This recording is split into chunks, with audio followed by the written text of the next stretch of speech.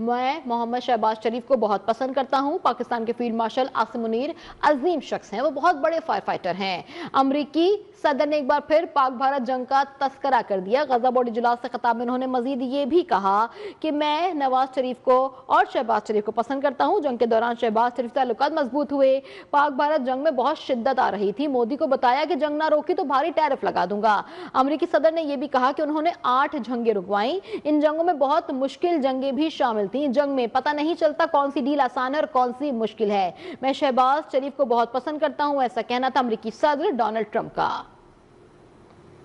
Prime Minister Sharif, I like this man, of Pakistan, because there was some fighting going on when I got to know him, and your Field Marshal, General, great General, great Field Marshal, a great guy. And I got to meet the Prime Minister. That war was raging. Planes were being shot down, right? And it was Pakistan and India. And I got on the phone with both of them, and I knew them a little bit. I knew Prime Minister Modi very well, actually. Pakistan, through a little trade, they were trying to make too good a deal, and I got a little upset with them. And in the end, they got what they wanted, right? And they made a good deal. And I got to like them, the Prime Minister, the Field Marshal, who's a tough man, a tough, good fighter, right? Good, serious fighter. I like good fighters, actually. These are two very powerful nations. These are two nuclear nations. And I don't want to say what was going to happen, but, you know, bad things happen. So, Prime Minister, I want to thank you, because that was a very big deal. People have no idea. A lot of them say, oh, well, they weren't fighting. They were fighting. 11 jets were shot down. امریکی صدر Donald Trump کہتے ہیں کہ پائیدار امن کے قیام کے لیے بورڈ آف پیس اہم فورم ہے. اپنے اہداف اور اہمیت کے حوالے سے بورڈ آف پیس کا کوئی متبادل نہیں ہے. غزہ میں امن اور تعمیر نو کے لیے اس فورم کی ضرورت ہے. ہم سے بڑھ کر کچھ نہیں ہوتا.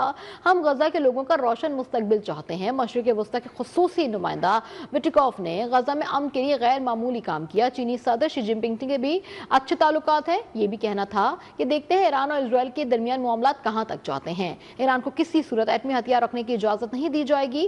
حماس کو غیر مسلح کرنا ہوگا. انہوں نے خبردار کیا کہ حماس کو معاہدے کی پاسداری کرنی چاہیے. امریکی صدر نے اجلاس میں شریک تمام شرکا کا بھی شکریہ ادا کیا. Peace is one of the most important and consequential things I think that I'll be involved in.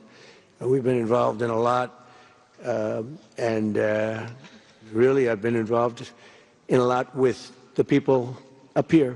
We work together on ending wars with their country. Some of the wars were 32 years long, 32, 34, and a 37. That's a long time, and we ended it in about 2 days, each one of those. So today is a tremendous honor to welcome you all to the United States Institute of Peace for the inaugural meeting of the Board of Peace. Very important. I believe it's the most consequential board, certainly in terms of power and in terms of prestige. There's never been anything close, because these are the greatest world leaders. Gaza کی تعمیر نو انسانی امداد وقت کی اہم ضرورت ہے. نائب وزیر اعظم اسحاق ڈار کا سلامتی کونسل کے اجلاس سے خطاب. مزید کہا کہ غزہ میں جنگ بندی کو جاری رکھنے کے لیے سفارتی کوششیں بھی جاری ہیں. اسرائیل سیز فائر کی مسلسل خلاف ورزیاں کر رہا ہے. 8 عرب اسلامی ممالک کے وزراء خارجہ نے اسرائیل کی مذمت کی ہے. اسرائیلی جوہریت بین الاقوامی قوانین کی کھلی خلاف ورزی ہے. سیز فائر کا احترام کیا جانا چاہیے. نائب وزیر اعظم نے یہ بھی کہا کہ مستقل امن کے لیے باہمی احترام پر مبنی سفارتکاری ضرورت ہے. Restrictions on humanitarian operations and pressure on international humanitarian organizations continue to impede humanitarian assistance, which has yet to flow at the scale required. Intensified diplomatic efforts are underway to consolidate the ceasefire, alleviate the sufferings of Palestinians, and advance implementation of the comprehensive plan to end the Gaza conflict endorsed by Security Council Resolution 2803. On the other hand, Israel's continued ceasefire violations, annexations attempts, and illegal actions across the occupied Palestinian territories continue to undermine these efforts and threaten prospects for a just and lasting peace. In the joint statements of 7th and 17th of February, The foreign ministers of the 8 Arab Islamic countries condemned in the strongest terms these measures and decisions aimed at imposing unlawful Israeli sovereignty, entrenching settlement activity. دفتر خارجہ نے افغان ناظم الامور کو طلب کر کے پاکستان میں ہونے والی حالیہ دہشت گردی پر شدید احتجاج ریکارڈ کروایا. ترجمان دفتر خارجہ کے مطابق افغان نائب سفیر کو ایک باضابطہ احتجاجی مراسلہ بھی تھما دیا گیا جس میں بات جوڑ حملے کے لیے افغان سرزمین کے استعمال پر سخت تشویش کا اظہار کیا گیا ہے. دفتر خارجہ نے گزشتہ روز افغان سفارت خانے کے ناظم الامور کو طلب کر کے 16 فروری 2026 کو باجوڑ میں پیش آنے والے دہشت گرد حملے کے حوالے سے افغان عبوری حکومت کو سخت احتجاجی مراسلہ پہنچایا. اس دہشت گرد حملے کے نتیجے میں وطن عزیز کے 11 بہادر جوانوں نے اپنی جانوں کا نذرانہ پیش کرتے ہوئے شہادت کا رتبہ پایا تھا. ترجمان دفتر خارجہ نے واضح کیا کہ پاکستان کو اس بات پر گہری تشویش ہے کہ افغان سرزمین اب بھی پاکستان کے خلاف دہشت گردی کے لیے استعمال ہو رہی ہے. ٹی ٹی پی کی پوری قیادت افغانستان میں موجود ہے. ٹی ٹی پی افغان سرزمین سے کھلے عام اور بلا روک ٹوک سرگرم ہے. افغان سفارتکار کو بتایا گیا کہ اس طرح کے واقعات دو طرفہ تعلقات اور خطے کے امن کے لیے نقصان دہ ہیں. طالبان کی متعدد یقین دہانیوں کے باوجود بدقسمتی سے ان پر کوئی واضح یا ٹھوس عمل درآمد نظر نہیں آیا. پاکستان نے ایک بار پھر مطالبہ کیا کہ افغان حکومت اپنی سرزمین پر موجود دہشت گردوں کے خلاف مؤثر اور ٹھوس کارروائی کرے تاکہ مستقبل میں ایسے واقعات کا سدباب ہو سکے. ترجمان دفتر خارجہ نے واضح کیا کہ پاکستان دہشت گردوں اور ان کے سہولت کاروں کو کہیں بھی نشانہ بنانے کا حق محفوظ رکھتا ہے. اپنے شہریوں اور سرحدوں کے دفاع کے لیے کسی بھی حد تک جائیں گے. نیوز بلیٹن کے سلسلے کو آگے بڑھائیں. بتائیں کہ کراچی میں گیس لیکیج دھماکے میں 16 افراد لقمہ اجل بن گئے. سولجر بازار میں 3 منزلہ رہائشی عمارت میں سحری کے وقت دھماکہ ہوا جس سے چھتیں منہدم ہو گئیں. خواتین اور بچوں سمیت 13 افراد زخمی بھی ہوئے. دھماکہ اس قدر شدید تھا کہ قریبی عمارتوں کو بھی شدید نقصان پہنچا. متاثرہ عمارت میں سرچ اینڈ ریسکیو آپریشن مکمل کر لیا گیا ہے. مزید تفصیلات اس رپورٹ میں دیکھیے.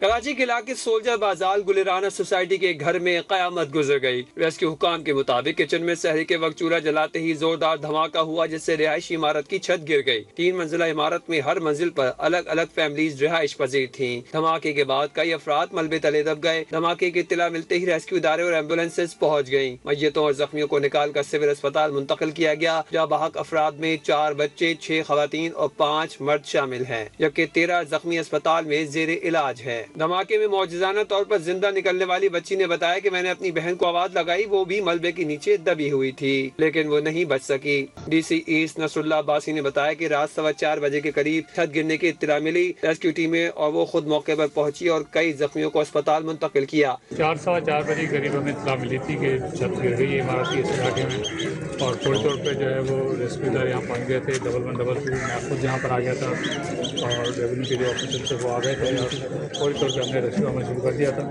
اور اسی وجہ سے تقریباً 12 لوگ جو ہے وہ زندہ ہم نے نکال دیے ہیں. جاں بحق اور زخمی ہونے والوں میں سے کچھ کی شناخت ہو گئی ہے اور کچھ کی شناخت نہیں ہو سکی. ایک خاتون کی شناخت 44 سالہ زینب اور ایک لڑکے کی شناخت 10 سالہ سجاد کے نام سے ہوئی ہے. بام ڈسپوزیبل اسکواڈ نے سولجر بازار کی رہائشی عمارت میں دھماکے کو گیس لیکیج دھماکہ قرار دے دیا. بام ڈسپوزل انچارج کے مطابق گھر کے باورچی خانے میں گیس کی فٹنگ بھی ناقص تھی. گیس کی سپلائی کے لیے پلاسٹک کے پائپ استعمال کیے گئے تھے. پلاسٹک پائپ اور جوڑوں کے باعث گیس کی لیکیج زیادہ ہوتی ہے. عمارت میں گیس کھینچنے والی مشین بھی لگی تھی. بتایا گیا ہے کہ علاقے میں کئی روز سے گیس نہیں آ رہی تھی. کل رات اچانک گیس کی تیز سپلائی شروع ہوئی. بی ڈی ایس انچارج کے مطابق ممکنہ طور پر گیس چابی کھلی رہنے، شارٹ سرکٹ یا ماچس جلانے سے دھماکہ ہوا ہے.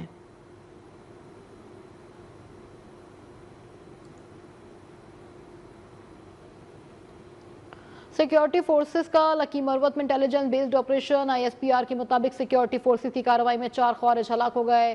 ہلاک خوارج سے ہتھیار اور گولہ بارود برآمد کر لیا گیا. ہلاک دہشت گرد متعدد دہشت گرد کارروائیوں میں بھی ملوث تھے. آپریشن 18 اور 19 فروری کی درمیانی شب کیا گیا. علاقے میں کلیئرنس اور سرچ آپریشن اب بھی جاری ہے. ناظرین کو آگاہ کر رہے ہیں سیکیورٹی فورسز کا لکی مروت میں intelligence based operation. I S P R کے مطابق سیکیورٹی فورسز کی کارروائی میں 4 خوارج ہلاک ہو گئے.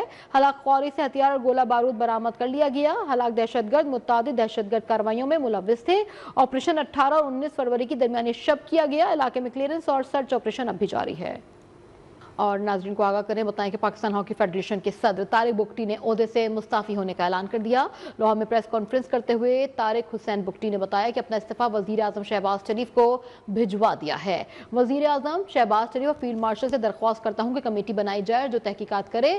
طارق بگٹی نے بد انتظامی کا ذمہ دار پاکستان اسپورٹس بورڈ کو قرار دیتے ہوئے عماد شکیل بٹ پر ڈومیسٹک اور انٹرنیشنل ہاکی پر 2 سال کی پابندی کا اعلان کر دیا۔ انہوں نے کہا کہ پرو ہاکی لیگ کے لیے فنڈز پاکستان اسپورٹس بورڈ کے پاس تھے۔ پاکستان اسپورٹ بورڈ چیزیں سنبھالنے میں مکمل طور پر ناکام ہوا۔ پی ایس بی کی وجہ سے دورہ آسٹریلیا میں مسائل کا بھی سامنا کرنا پڑا ہے۔ 28 کروڑ کا 3 دن میں اڑا دیتے ہیں قائد اعظم گیمز کے نام سے، ادھر کوئی پوچھ گچھ نہیں ہے۔ مجھے تو 2 سال میں تقریباً 28 کروڑ نہیں ملے تھے۔ فیڈریشنز کو اپنے پاؤں پہ کھڑا ہونا چاہیے، جو میں ذاتی طور پہ سمجھتا ہوں کہ یہ بیکاری نہیں بننا چاہیے، کبھی اس کے در پہ جائیں تو کبھی اس کے در پہ جائیں۔ اور اس کا طریقہ کار ہاکی کے لیے جو میں نے دیکھا، اور میں نے کافی جگہوں پہ یہ بات بھی کی، ہاکی کا بورڈ بننا چاہیے اور ہونا بھی چاہیے، اور انشاءاللہ ہوگا بھی صحیح۔ یہ کام ادھر نہیں رکے گا، اور ہاکی بورڈ آج نہیں تو کل نہیں تو پرسوں مجھے ہاکی بورڈ بنتا ہوا نظر آ رہا ہے اور بنے گا۔ بورڈ کے ساتھ ان کو وہ ایسٹس دیے جائیں جو سٹیڈیمز جن سے ریونیو جنریٹ کیا جا سکتا ہے، اور پھر ان کے اپنے ڈپارٹمنٹس جس طرح پی سی بی میں مارکیٹنگ ڈپارٹمنٹ ہے، میڈیا ڈپارٹمنٹ ہے، مختلف ڈپارٹمنٹس ہیں، آپریٹ کرے تو میں سمجھتا ہوں ودن 5-6 ایئرس پاکستان ہاکی دوبارہ اپنے کھوئے ہوئے مقام پہ پہنچ جائے گا۔ اگر اس طریقے سے چلانا ہے جس طریقے سے ابھی چل رہا ہے تو بہت مشکل ہوگا۔ واشنگٹن میں پاکستان اور امریکہ کے درمیان مفاہمتی یادداشت پر دستخط۔ پاکستان اور امریکہ نے روز ویلٹ ہوٹل کے آپریشن دیکھ بھال تجدید کے اہم منصوبے کا باضابطہ آغاز کر دیا ہے۔ ناظرین کو آگاہ کریں بتائیں وزارت خزانہ کے مطابق امریکہ کی جانب سے G S A administrator Edward C Forest اور پاکستان کی جانب سے وزیر خزانہ محمد اورنگزیب نے ایم او یو پر دستخط کر دیے۔ تقریب میں وزیر اعظم شہباز شریف اور امریکی خصوصی نمائندہ اسٹیو وٹکاف بھی موجود تھے۔ اس فریم ورک کے تحت ادارہ جاتی ہم آہنگی سے منصوبے پر عمل درآمد آسان ہوگا۔ ایسے فریم ورک بین الاقوامی ریل اسٹیٹ اور بنیادی ڈھانچے کے منصوبوں میں رائج ہیں۔ منصوبے کا مقصد اس جائیداد سے زیادہ مالی فائدہ حاصل کرنا ہے۔ ناظرین کو آگاہ کر رہے ہیں روز ویلٹ ہوٹل کے حوالے سے بتائیں کہ اس وقت وٹکاف بھی جو تھے وہاں پہ موجود تھے، وزیر خزانہ محمد اورنگزیب بھی تھے، شہباز شریف بھی اس اہم معاہدے میں موجود تھے۔ اس کا مقصد یہ ہے کہ اس ہوٹل سے زیادہ ممالک اور لوگ اس سے فائدہ اٹھا سکیں۔ لاہور میں وزیر اعلیٰ پنجاب مریم نواز کو رمضان سہولت بازار کنٹرول روم میں انتظامات پر بریفنگ دی گئی۔ شکایات کے ازالے کے لیے بروقت اقدامات کیے گئے۔ مریم نواز کو بریفنگ میں بتایا گیا کہ سہولت بازار میں عوام کا بے پناہ رش تھا، عوام کو ریلیف مل رہا ہے، سبزی اور پھلوں کے معیار اور قیمتوں میں استحکام کو بھی یقینی بنایا گیا ہے۔ مریم نواز نے خریدار کو کال کر کے اشیاء کے ریٹ معلوم کیے اور کہا میں آپ کو دیکھ رہی ہوں، اسکرین پر لائیو آپ نظر آ رہی ہیں۔ ڈویژن کو ہم نے چھوٹا سا ایک بریک اپ آپ کو دکھانے کے لیے دیا ہے۔ لاہور کو 387 کیمراز سے، ملتان کو 164 کیمراز سے، گجرات کو 68، اور اس طرح ہم اتنے کیمرا سے ان کو انویجیلیٹ کر رہے ہیں۔ سب سے زیادہ آپ کا پاپولر بازار کون سا ہے؟ I think Bulandshahr township Madina market میں بہت رش ہے، اور ابھی جو دیکھنے میں شادمہ میں میڈم کافی اچھا فٹ فال آ رہا ہے، اور یہ میڈم ان ڈسٹرکٹ کی سردی ہے۔ اچھا میڈم سی ایم آپ سے بات کرنا چاہیں گے۔ السلام علیکم۔ وعلیکم السلام میڈم، کیا رمضان کا پہلا افطار اہلیان لاہور نے گھر میں بنے کھانوں کے ساتھ ساتھ دہی بھلوں، سموسوں، پکوڑا، فروٹ چاٹ کے ساتھ روزہ افطار کیا۔ طلباء اور پردیسیوں کی بڑی تعداد نے مارکیٹس میں روزہ افطار کیا، جبکہ لاہور بھر میں درجنوں مقامات پر اجتماعی افطاری کے انتظامات بھی کیے گئے ہیں۔ لاہور سے پہلے روزے کی افطاری کا احوال بتا رہے ہیں محمد عمیر اپنی اس رپورٹ میں۔ رمضان المبارک کا پہلا افطار لاہوریوں نے سموسے، پکوڑوں، دہی بلے اور فروٹ چاٹ کی دکانوں کا رخ کر لیا۔ شہریوں کا کہنا ہے کہ سموسوں اور پکوڑوں کے بغیر افطاری ادھوری ہے، دہی بلے اور فروٹ چاٹ کے بغیر دسترخوان ادھورا نظر آتا ہے۔ پہلی افطاری کا ہم نے لوگوں نے بہت اچھا اہتمام کیا ہوا ہے۔ یہاں سے ہم نے پکوڑے لیے ہیں، سموسے لیے ہیں، اور لوگ بھی لے رہے ہیں، اور دہی بلے ہم نے لیے ہیں، کھجوریں ہم نے لیے ہیں۔ الحمدللہ بہت جو ہے نا ہم نے شاپنگ کی ہے، شکر اللہ پاک کا۔